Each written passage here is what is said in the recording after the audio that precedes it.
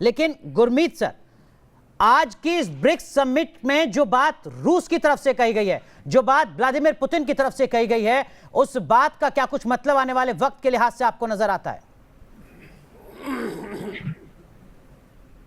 बिल्कुल, आपने ठीक कहा। जो रशिया के प्रेसिडेंट पुतिन ने जो बात कही कि ये जो संकट है, ये जो चुनौती है, ये दुनिया को इसको नोट करना चाहिए।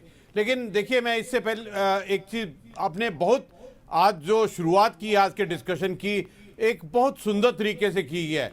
एक आवाज़ थी जो पाकिस्तान के अवाम की आवाज़ थी, उनके आत्मा की आवाज़ थी। वो सवाल पूछ रहे हैं कि हमारी एजुकेशन इकॉनमी कहाँ है, क्या हो रहा है।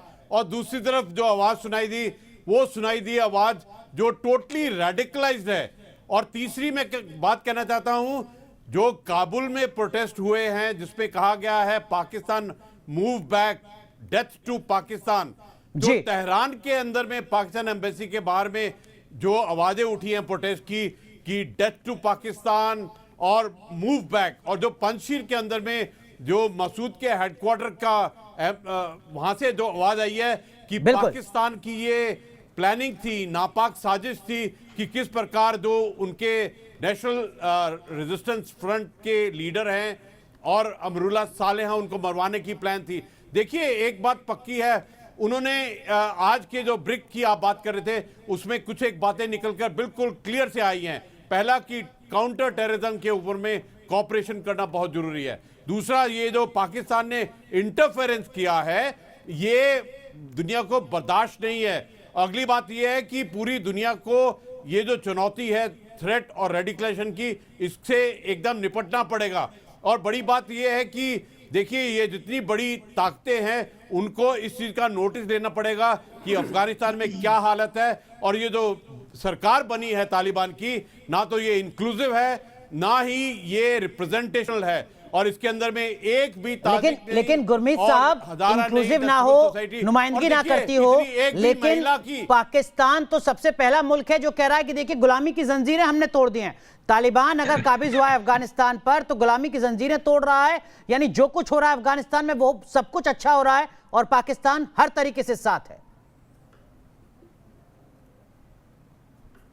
देखिए जी, ये जो DGISI काबुल में गए हैं, तो मैं तो समझ नहीं पाया हूं कि किसी देश का जो इंटेलिजेंस एजेंसी का हेड है उसका क्या काम है।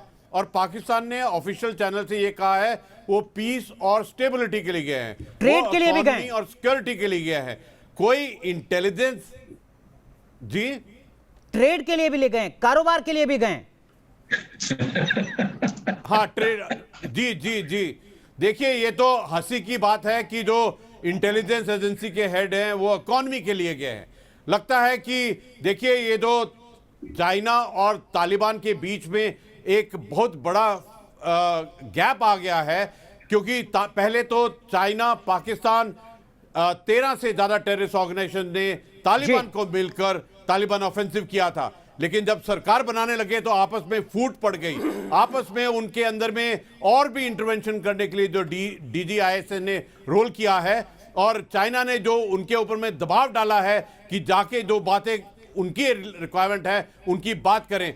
देखिए, ये जो माहौल बना दिया है, मैं आपको एक चीज बिल्कुल क्लियरली बताना चाहता हूं, एक सेकंड दीजिए जी, बताइए। देखिए, जो हर एक अफगानिस्तानी है आज पूरे विश्व के अंदर में, पूरे अफगानिस्तान के अंदर में, उनकी आत्मा को जो चोट पहुंची है, उनकी जो आत्मा से आवाज आई है कि पाकिस्तान ने हमला किया है, पाकिस्तान वहां से वापस जाना चाहिए। पूरे अफगानिस्तान में और अफगानी नागरिक जो रहते हैं दुनिया के अलग अलग हिस्सों में, वो लगातार पाकिस्तान को कोस रहे हैं।